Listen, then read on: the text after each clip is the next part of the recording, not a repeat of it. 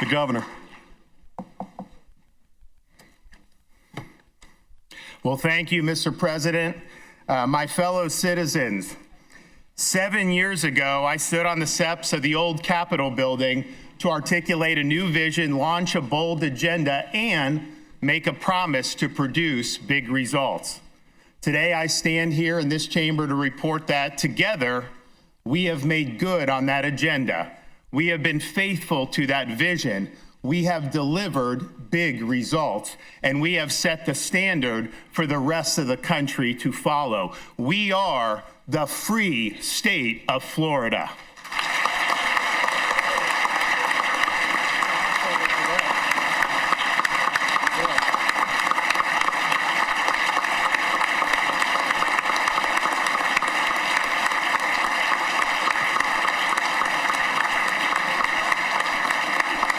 This year marks the commemoration of America's 250th birthday. As we reflect on that transformational revolution, we can proudly claim that it is our free state of Florida that best represents that enduring spirit of 1776. Of all the 50 states, it is our Sunshine State that best fulfills the Founding Fathers' vision of a Republican government that protects freedom, promotes opportunity, and provides an open field and fair chance for people to make the most of their God-given ability.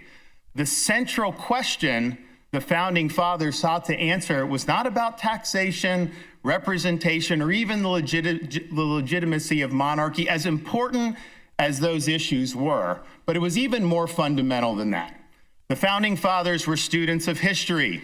They studied the history of every republic that had ever existed.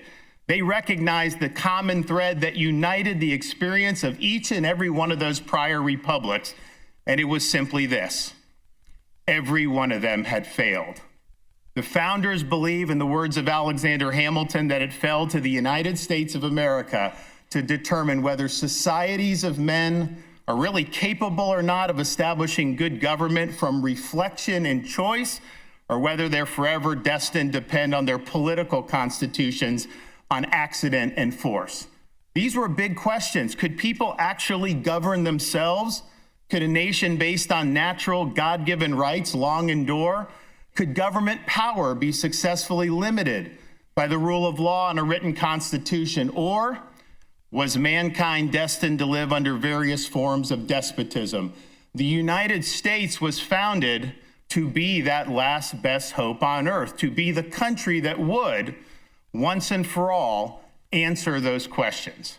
Now, the founders also knew that the ideals articulated in the Declaration of Independence and the framework of government contained in the Constitution were necessary, but not sufficient conditions to ensure the success of the American experiment. In fact, a decade after the call for independence was made, Benjamin Franklin walked out of the Constitutional Convention. Having worked in Philadelphia to craft a proposed constitution, he was approached on the street because they had been meeting in secret. And he was asked, "Dr. Franklin, have you given us a republic or a monarchy?" His response was, "A republic if you can keep it." The best Declaration of Independence and Constitution in the world do not run on autopilot. As President Reagan reminded us, freedom is never more than one generation away from extinction. It is not passed along in the bloodstream. It must be fought for, it must be protected, and it must be handed on to future generations. Now, as elected officials, we're tasked with dealing with important issues affecting the lives and liberties of our people, from taxes to education to crime and the environment and everything in between. But on the most basic level, we and the people we represent, as inheritors of the American legacy of liberty, are charged with answering that original question about the capacity of we, the people, to govern ourselves. And you look around the country right now, and there's no doubt some reason for pessimism. In the past decade, we've seen cities like Chicago and San Francisco be destroyed by failed ideologies. We've witnessed once dominant states spark an exodus among their own citizens due to their own harmful policies. And even as we cheered the removal of a Marxist dictator in Venezuela, we saw the election of a Marxist mayor in our nation's largest city.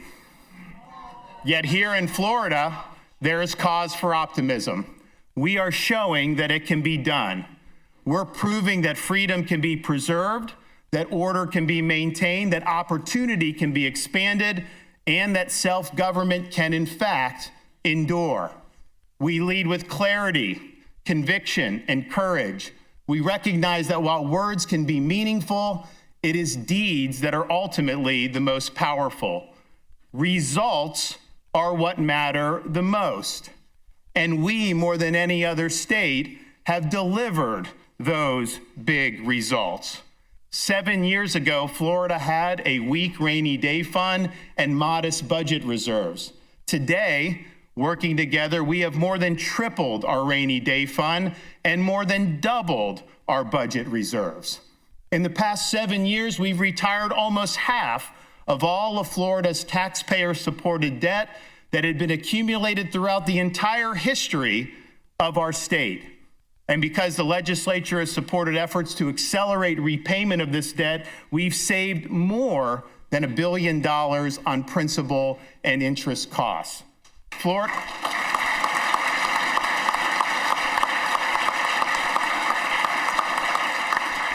Florida has spent conservatively. We have one of, if not the lowest levels of spending per capita in the entire nation. And the number of state government workers per capita are less than half the national average and the lowest in all of these United States. We've proven that fiscal responsibility and limited government work.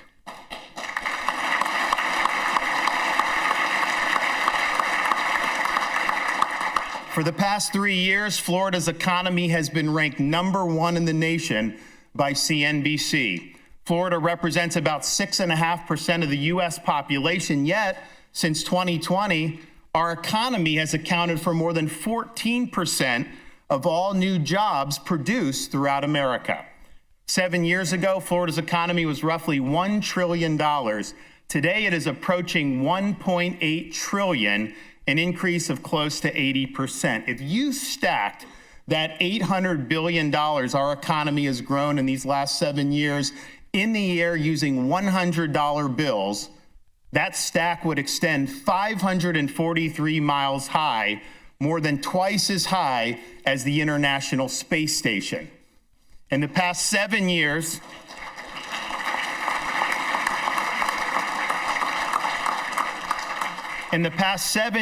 Florida has attracted more income than any other state has ever attracted over a similar period of time in the entire history of the United States of America.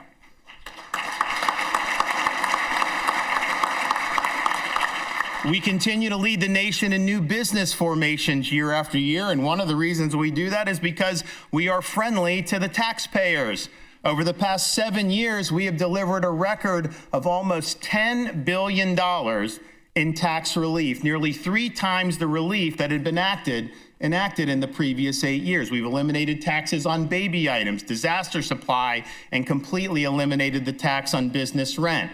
We've also provided rebates on tolls for our commuters and a sales tax holiday on firearms and ammunition for our Second Amendment enthusiasts.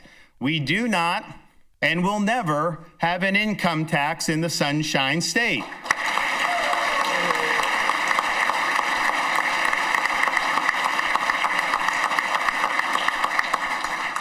I don't think there's any question that working together, we have made the state of Florida the most taxpayer-friendly state government of all 50 states. Now, 7 years ago, Florida's school choice options were capped. They were limited. Today, we have universal school choice and rank as the #1 state in the union for parental empowerment and education freedom. To better measure performance, we replace high-stakes testing with more reliable and consistent progress monitoring. In fact, today I can announce that the high school graduation rate for the 24-25 school year was 92.2%. That is the highest graduation rate in Florida history.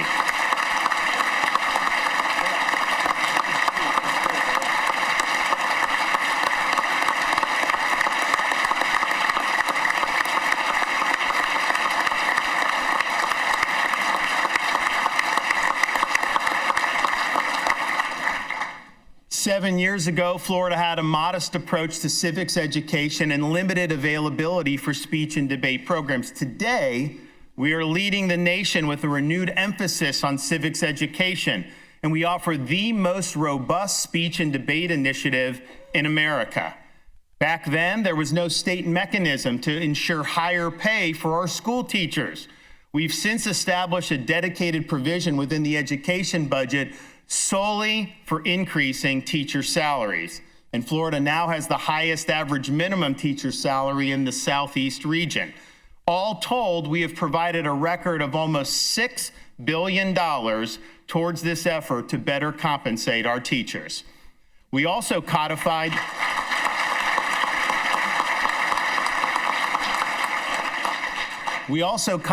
a teacher bill of rights that guarantees the right to teach in an orderly classroom, enacted paycheck protection against automatic school union dues, and prohibited students from using cell phones in the classroom. And that was not popular at the time, but it sure as heck is popular today.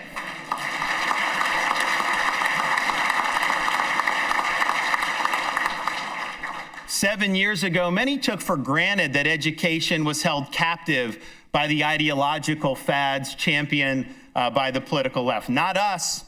We've defeated attempts to force boys into girls' sports, to inject gender ideology into elementary schools, and to deny parents the right to direct the education and upbringing of their children. We have ensured that our schools have a duty to educate, not a right to indoctrinate.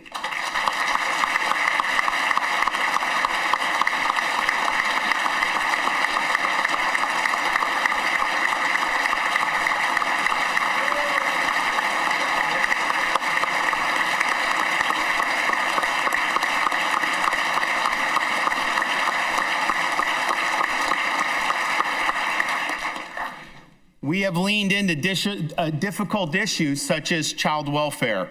We started a faith and community initiative to lay the groundwork for a new approach that recognized government is not the solution to lifting people up.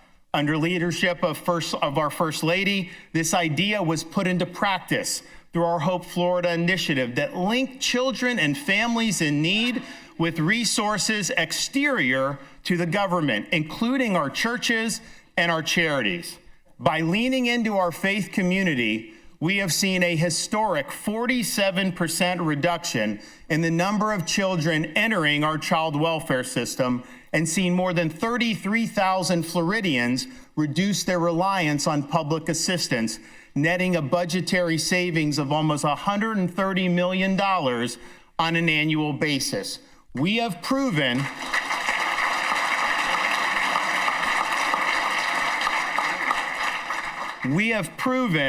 that a hand up is better than a hand out.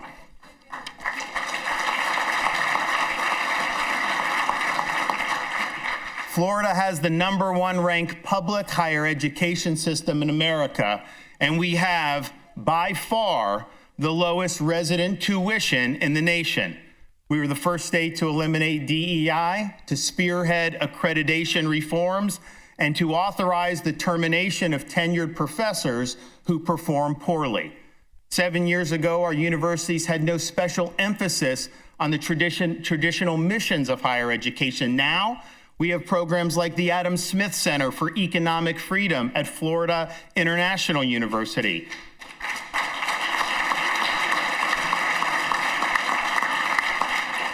As well as the Hamilton School for Classical and Civic Education at the University of Florida.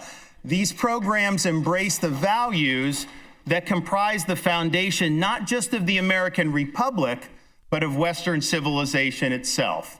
We reject the ideological fads that have diminished the value of higher education. We require our universities to be dedicated to the pursuit of truth, the honoring of merit, and the preparation of our students to be good citizens of this republic. We promised reform and we delivered the most far-reaching higher education reforms in the entire nation.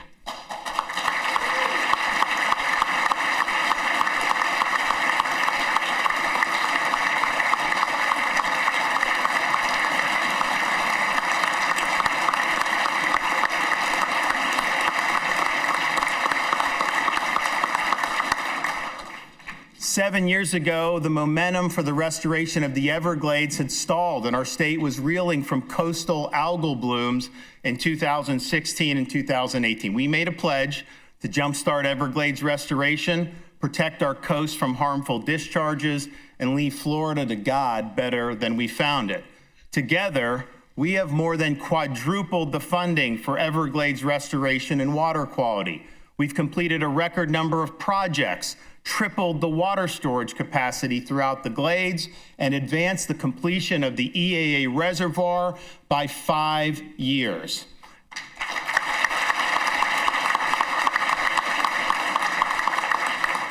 Now, as that seminole wind blows from the Okeechobee all the way up to Micanopy, water flows south to Florida Bay, where salinity levels are the healthiest in decades, and coastal communities are protected against the discharging of polluted water into the surrounding estuaries. Even the flamingos have returned inside the Glades.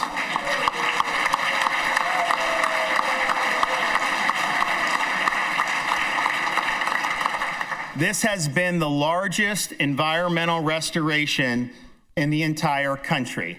You can now walk into the swamp, sit on a cypress stump, and see nature healing. The ghost of Osceola need cry no more.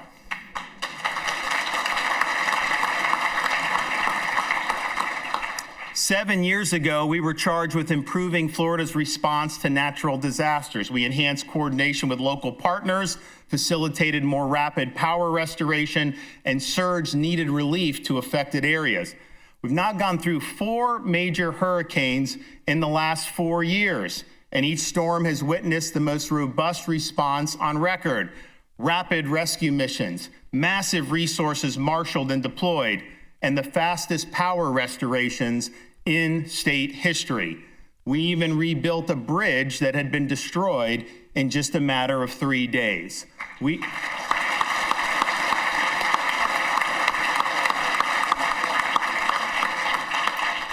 We've saved lives, and we've helped our people rebuild their lives after these life-changing events. To our first responders and emergency management personnel, I say very simply, job well done.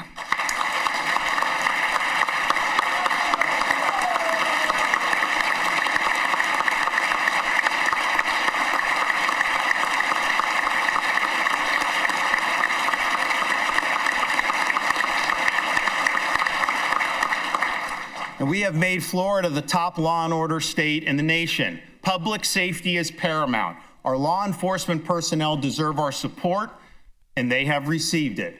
We have blocked jailbreak policies and ensured that our state and local law enforcement officers get the backing that they need. We've enacted the death penalty for pedophiles and treated the fentanyl dealers that have poisoned our people as the murderers that they are. We rejected the movement to defund the police, refused to kowtow to rioting and looting, and have the strongest laws against retail theft in the nation. When a member of a group of thieves was interviewed on CNN and they asked, "Why do you steal in New York even though you like spending the money in Florida?" the response was very simple from the thief: "Because in Florida, they put you in jail." You're doggone right we do.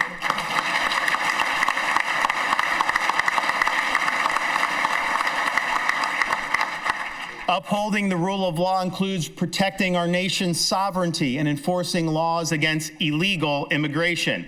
7 years ago, Florida didn't prohibit sanctuary cities and even provided taxpayer benefits such as in-state tuition. Today, sanctuary cities are banned. Those benefits have been repealed, and incentives to come illegally have been reversed. Florida is the only state in the country that requires state and local cooperation with federal interior enforcement efforts. In the past 9 months alone, Florida is responsible for the apprehension of nearly 20,000 illegal aliens that have been turned over to the Department of Homeland Security to be returned to their home countries. Our people are safer because of these efforts.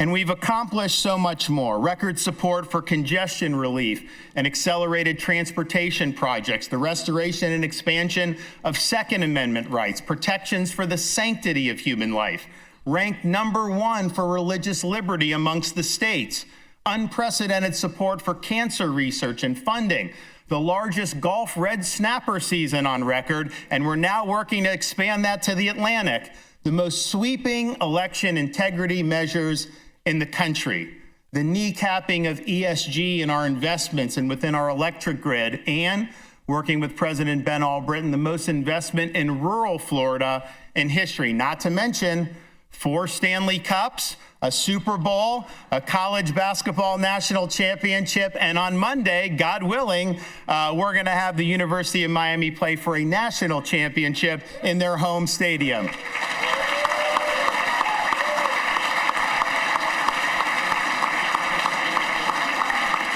Now, I've got a lot more in the tank, but you guys only have 60 days, and so I think it's best we get on with it. In short, we've held true to Benjamin Franklin's admonition that well done is better than well said. These results are what matter and are what sets Florida apart. Over the past 7 years, we witnessed a great experiment as different approaches to government have been tried in different states. States that have followed Florida's approach have seen population and business growth and have maintained healthy fiscal and budget posture. States that have pursued a different course have hemorrhaged population, income, and businesses, and many of them are in the midst of dire fiscal and budget crises. The results of this grand experiment are in. People have voted with their feet. We can confidently say that Americans prefer the warmth of Florida freedom to the frigidity of New York collectivism.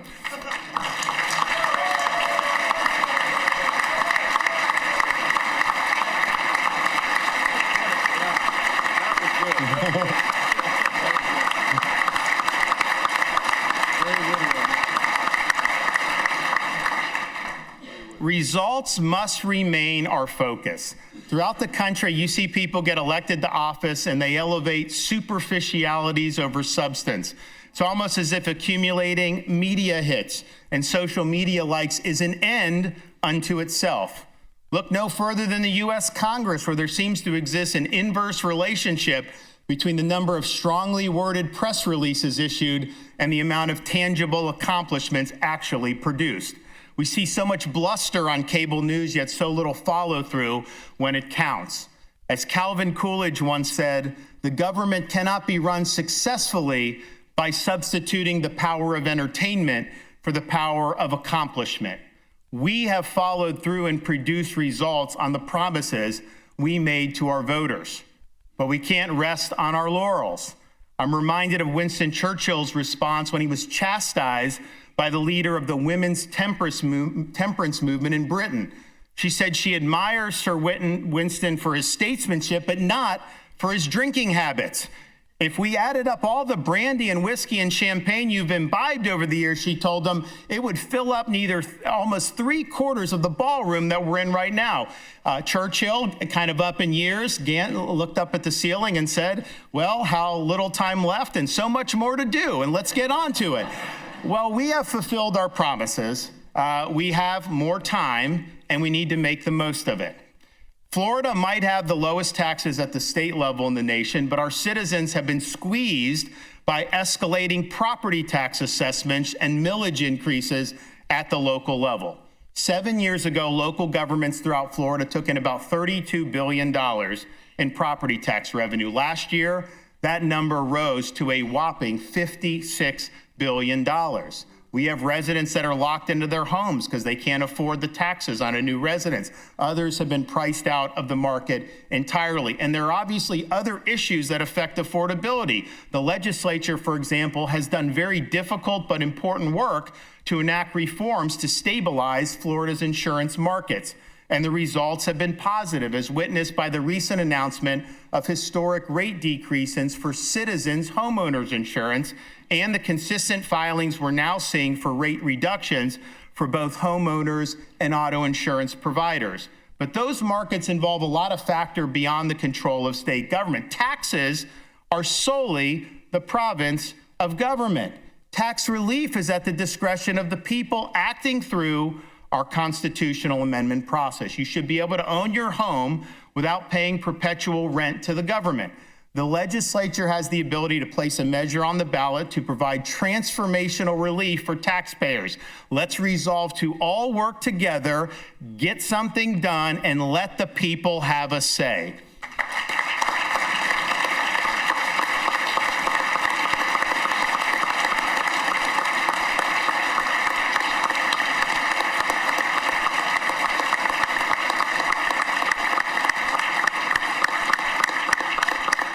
Florida's recent successes would not have been possible without taking a firm stand against the medical authoritarianism that swept the nation during the coronavirus pandemic. We chose facts over fear. We refused to allow Florida to descend into a Faucian dystopia where our freedoms were curtailed and livelihoods were destroyed. The use of coercion regarding medical treatments has been philosophically wrong and tactically counterproductive. People must have the right to make personalized choices about which medical products to consume or which medical interventions to undergo. Informed consent must be the touchstone. Let's make that the law of the land in the free state of Florida.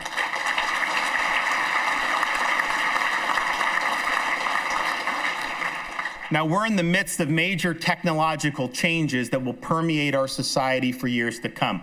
Artificial intelligence is touted as being the key to curing cancer and expanding America's military edge over our rivals. And perhaps this will be true. But this technology also threatens to upend key parts of our economy in ways that could leave many Americans out of work, and with consumers footing the bill for the cost of power-intensive data centers. It presents real perils for children and parents, as AI chatbots have already been linked to teen suicides. It can also further devolve our society into a focus not on substance, but on online slop. Ultimately, these technologies will be designed by human beings. As Ecclesiastes instructs us, there is nothing new under the sun. The technology may change, the window dressing may be different, but human nature is what it is. An AI tool is only as good as the data that is inputted, garbage in, garbage out. Whoever controls the data inputs will have immense power to shape the reality for hundreds of millions, maybe billions of people in ways that could make the truth a foreign concept. Some have even suggested that this technology will displace human beings as the central players on Earth's stage. We have a responsibility to ensure that new technologies develop in ways that are moral and ethical, in ways that reinforce our American values, not in ways that erode them. We welcome technologies that enhance the human experience, but not those purporting to supplant it. We can never relieve ourselves of our responsibilities to think for ourselves as Floridians, as Americans, and most importantly, as the human beings that are made in the image of God.